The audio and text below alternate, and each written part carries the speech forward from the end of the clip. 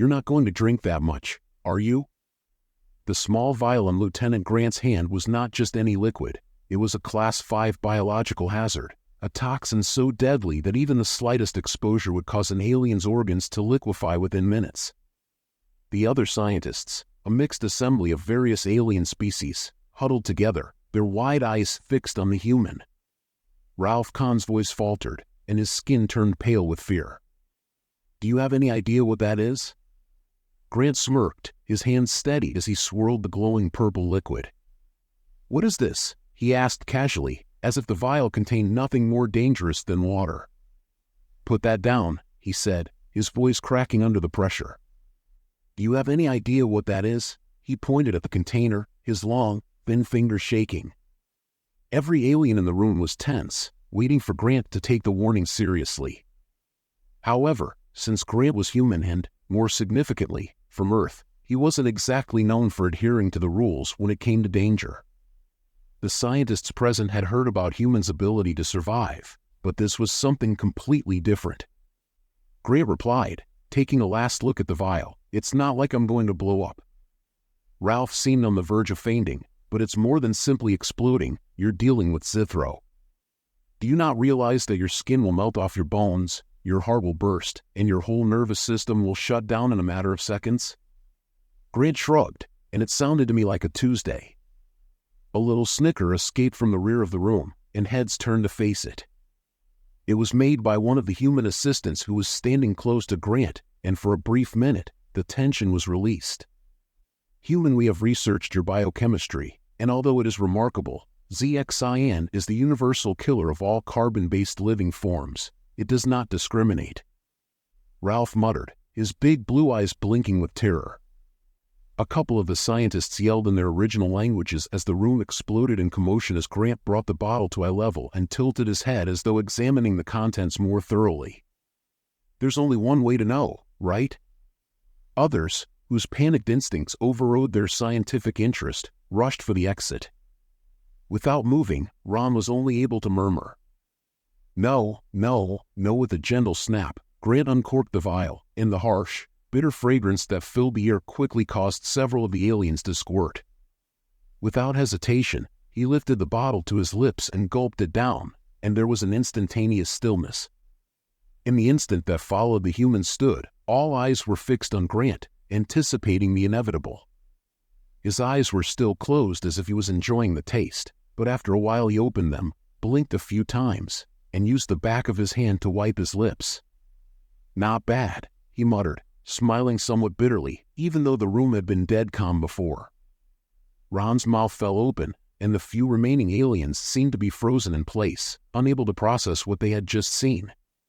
Ron eventually stammered, "How are you still standing?" Grant shrugged once again. "Stop kidding," Ron interrupted him, his voice shaking, and he moved closer to Grant as if the gap between them would provide some kind of rational explanation. "I've had worse. There's this substance on Earth called coffee. Your cells should be screaming in pain, and your organs should be crumbling." Grant gingerly touched his chest. "It seems like everything is going well. Perhaps you folks misjudged this stuff." Ron's voice reverberated.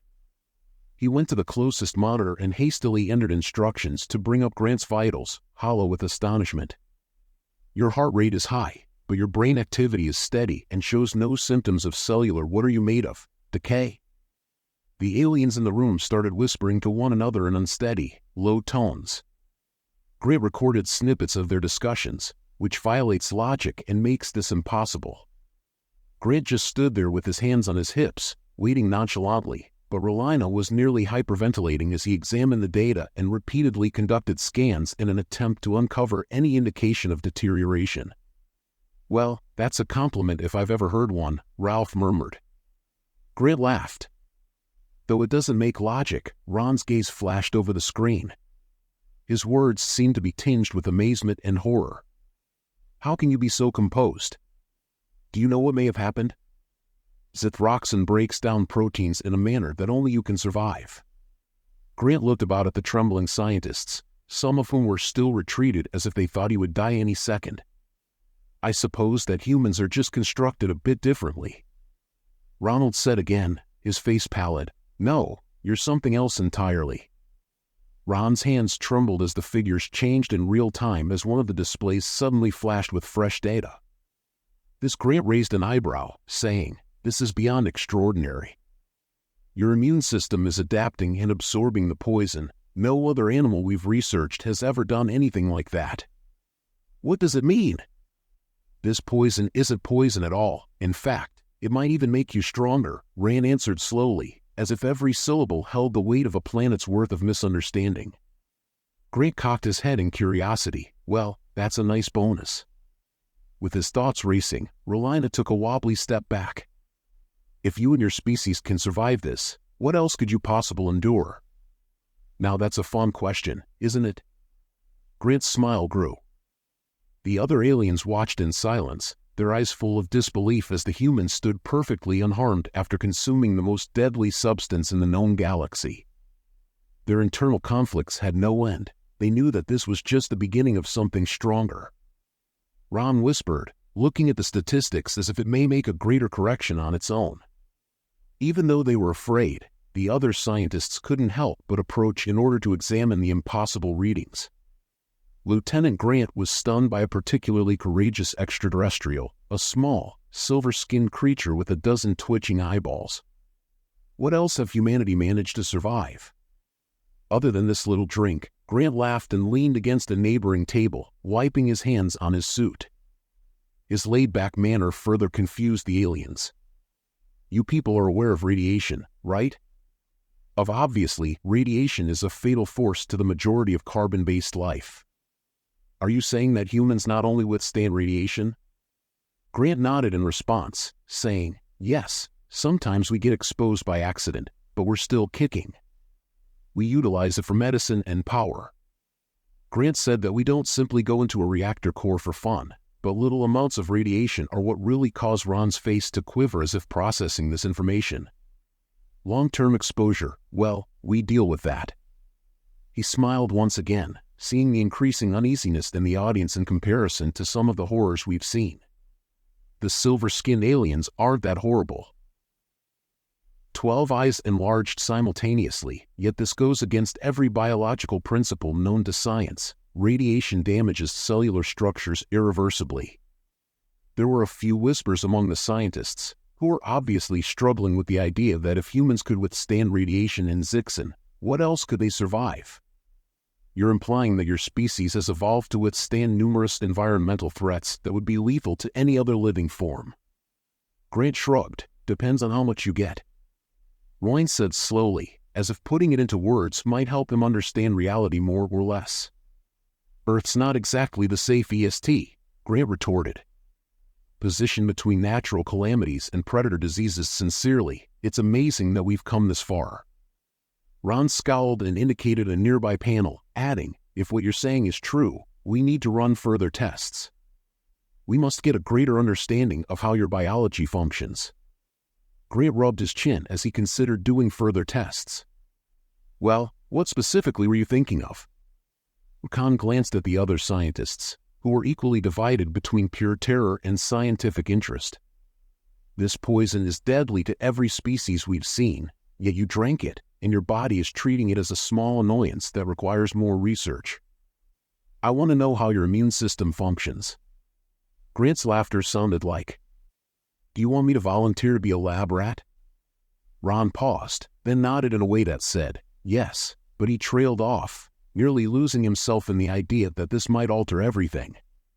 "We could do controlled simulations and safely introduce little quantities of other substances," said one of the other aliens, a tall, green-skinned creature with reptile characteristics, as he carefully came nearer. "Course to determine your resistance's limitations." Grant inclined his head, saying, "It's just for research. You want to throw more poisons at me and see what sticks?" The reptilian extraterrestrial clarified that we might test your ability to survive in harsh climatic circumstances, such as heat, cold, and pressure. May go much beyond what we now comprehend. Roken scowled, uncertain whether Grant was being serious or sarcastic, but Grant grinned. "That sounds like a fun way to spend an afternoon.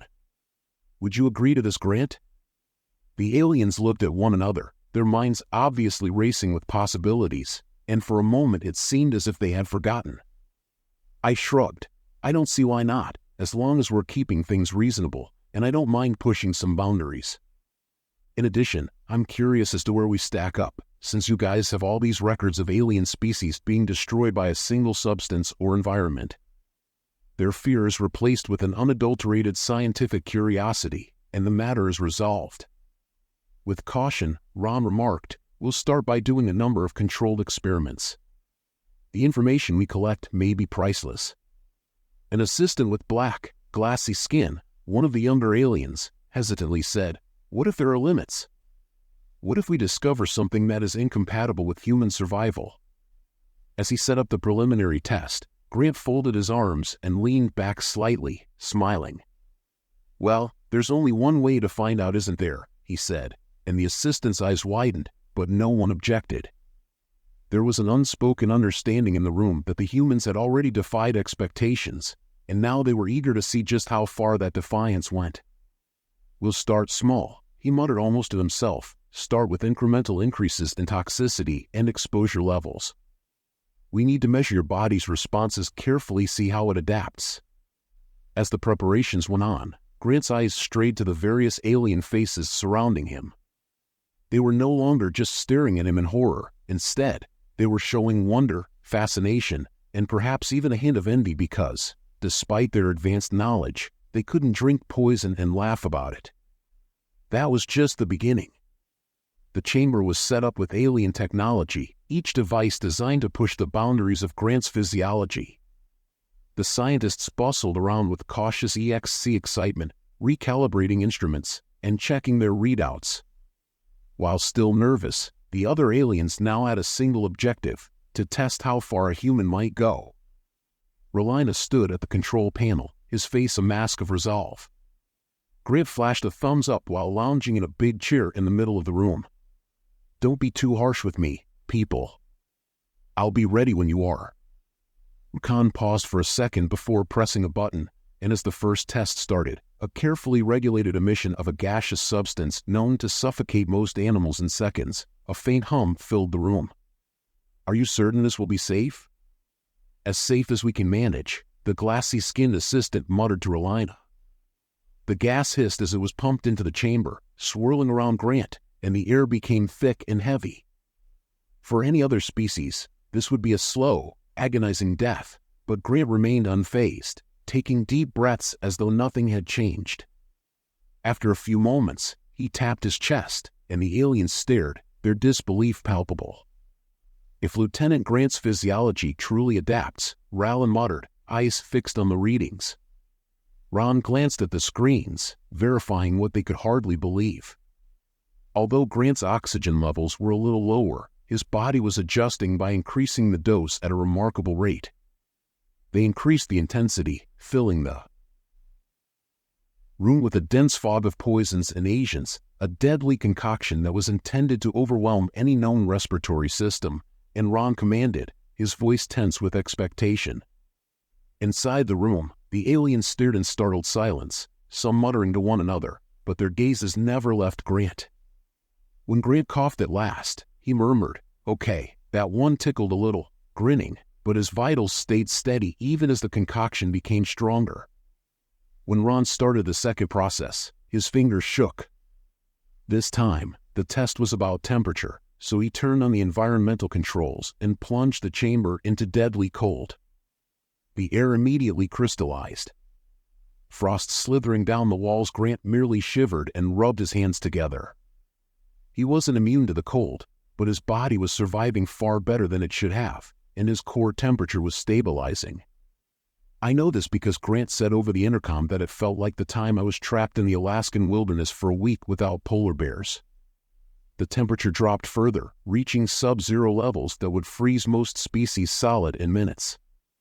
The temperature of the room then abruptly changed from very cold to scorching hot in a matter of seconds, and the metal walls started to glow with great heat.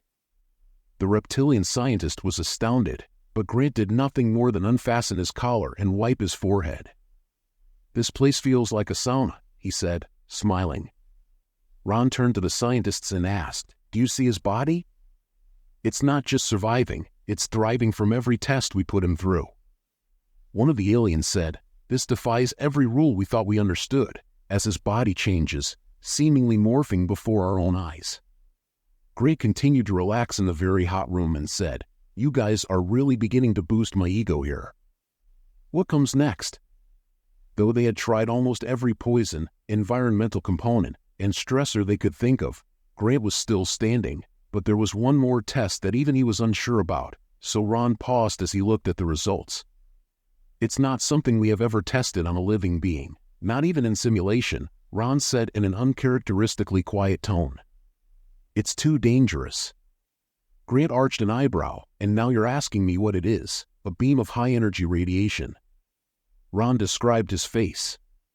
"Grim, we've sterilized whole planets with it. No living material has ever survived its exposure." Grant's grin dimmed a little. "Maybe we should stop here." One of the helpers mentioned that they were speaking with a hint of terror. But Grant shook his head, saying, "No, let's see what this human can handle. In the worst case, I take a long nap. You guys have come this far." Still apprehensive, Ralph looked at the others, and they exchanged anxious glances before he nodded. In the final scene, he activated the beam generator, and his energy was directed into the device. The hum increased and the lights in the chamber dimmed. A bright concentrated beam shot towards Grant, enveloping him in a blinding light. The aliens held their breath, their eyes wide, waiting for the inevitable inside the chamber. Grant's body stiffened. His pulse rate increased, and he grimaced for the first time as the radiation's raw intensity burned his cells. However, his body already resisted the energy's attempt to break him apart. Everything rushed into overdrive, with cells repairing more quickly than the radiation could harm them, muscles strained, but his heart continued to beat. After what felt like a lifetime, the beam shut off, leaving the room motionless, the aliens staring in startled silence, and smoke. Grant muttered as he rose from his body, his uniform smudged and his face was drenched in perspiration. It was a little difficult to breathe, and Ron fell back in his chair, his thoughts broken by the utter absurdity of what he had just seen. "You managed to withstand the radiation, which is impossible." The group of scientists stood there, unable to comprehend the magnitude of what they had just witnessed, a species that could not only endure but also adapt to nearly every hazard in the known galaxy, poison, environmental extremes, even radiation designed to wipe out life. Grant gave him a lopsided smile and told him that humans are built differently. Grant, still gasping for air, glanced around the room. "What did we discover today?" "We discovered that humanity may be the most resilient creature in the cosmos, which is excellent to know." Ron could hardly speak, his voice shaking with wonder. Grant laughed. "How about we celebrate now? I could really use a drink."